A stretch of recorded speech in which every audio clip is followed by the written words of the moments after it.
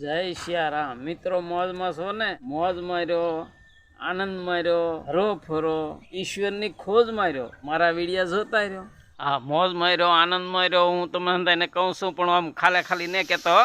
હા, અમે પણ મોજમાં જ રહીએ, આનંદમાં રહીએ, બે માણા હરી ફરીએ અને આનંદ કરીએ. એ આ વિડીયામાં તમે નજરે જોઈ શકો છો કે અમે કેટલો આનંદ કરીએ, કેટલી મોજ કરીએ. તો આગળના વિડીયામાં બન્યા રહેજો. આ સંસારમાં બે પેઢી હરખ્યા હોય ને તો જ મજા આવે. હો ભાઈ, અગર તો હંધી ઢસા પછી હાલતું હોય. દિલ્હીની રામકથામાં કેટલી મજા કરી. આ અયોધ્યાની કથામાં પણ બહુ મોજ કરી. હો ભાઈ, હા.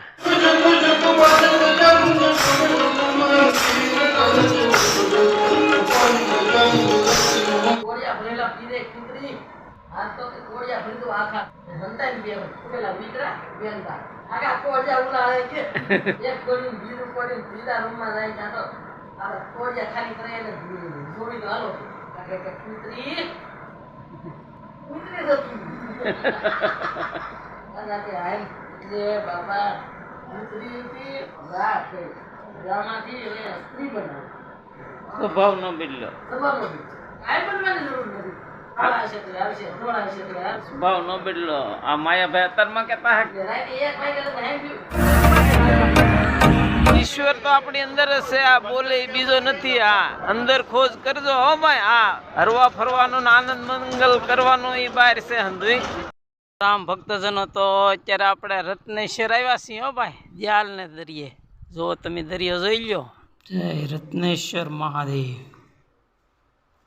જય રત્નેશ્વર મહાદેવ.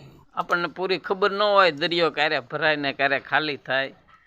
તો આપણે રત્નેશ્વર આવ્યા ત્યાં ભયરામ પાણી ગળી ગયું એટલે અંદર દર્શન કરવાનો લાભ ન મળ્યો, પણ આપણે ઉપર દર્શન કર્યા રત્નેશ્વર મહાદેવના અને દરિયામાં હર્યા ફેર્યા ને આનંદ કર્યો.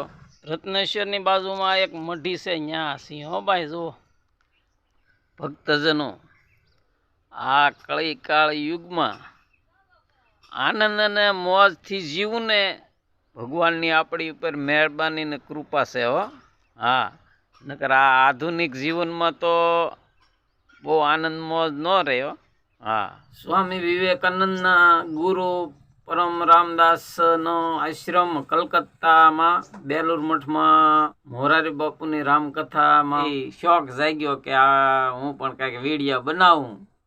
ઘરવાળા છે ને ના પાડતા હતા કે આ ઉંમરે વિડીયો ન બનાવાય, છતાં સામાજિક, સાંસ્કૃતિક અને ધાર્મિક વિડીયો બનાવું છું. તમને આમાં રસ હોય તો અમારા વિડીયો જોજો.